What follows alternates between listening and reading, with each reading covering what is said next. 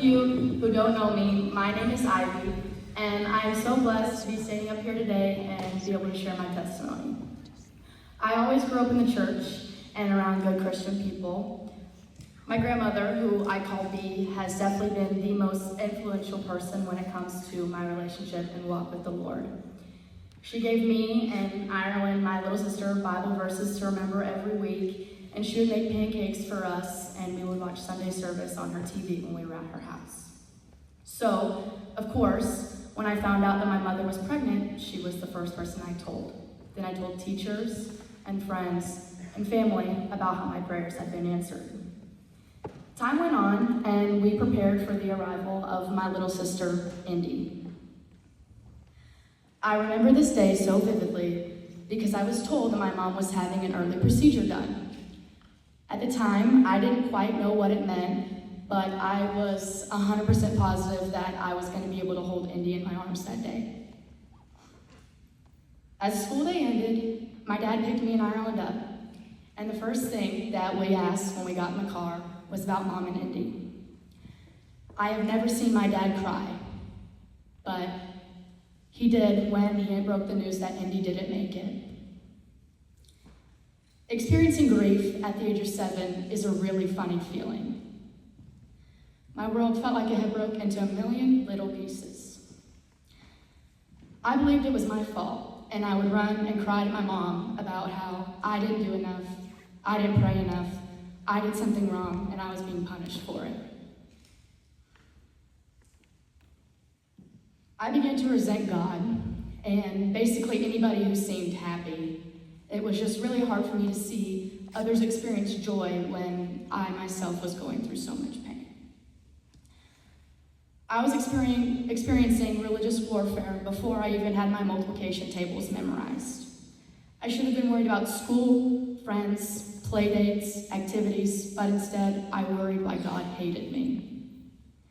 After a month or two, my relationship with God was still in shambles, until this one particular day when I was with B, my grandmother who I had mentioned earlier. I was complaining, which I did regularly, and this little spout of playing poor, pitiful me changed my life. My grandma sat me down and told me that it was okay for me to grieve and feel sad, but it was not okay for me to run from God. She said that instead I need to run to him because this void that I feel is only going to be fulfilled by the Lord. Something in my brain just clicked that day because the most influential person in my relationship just brought me back to reality. My world was finally, fully repaired, and my relationship was slowly starting to be replenished.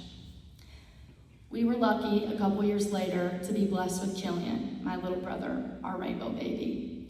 He is living proof in my life that things will get better and that God always has a plan.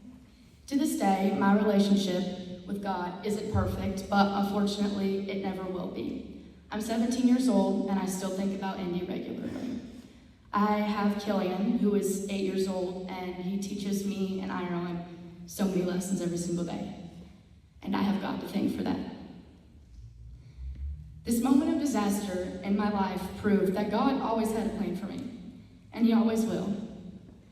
My path wasn't easy, but God knew in the end that I would eventually make it out as a better person. I still struggle at times to trust his plan because it gets scary and it's not always easy, but that is something that I'm going to focus on and work on. If there's anything that I would like for you guys to take away from my testimony, it's to find the beauty in the struggles that life may give you or that you may face. God will never put you through something that he doesn't think you can handle.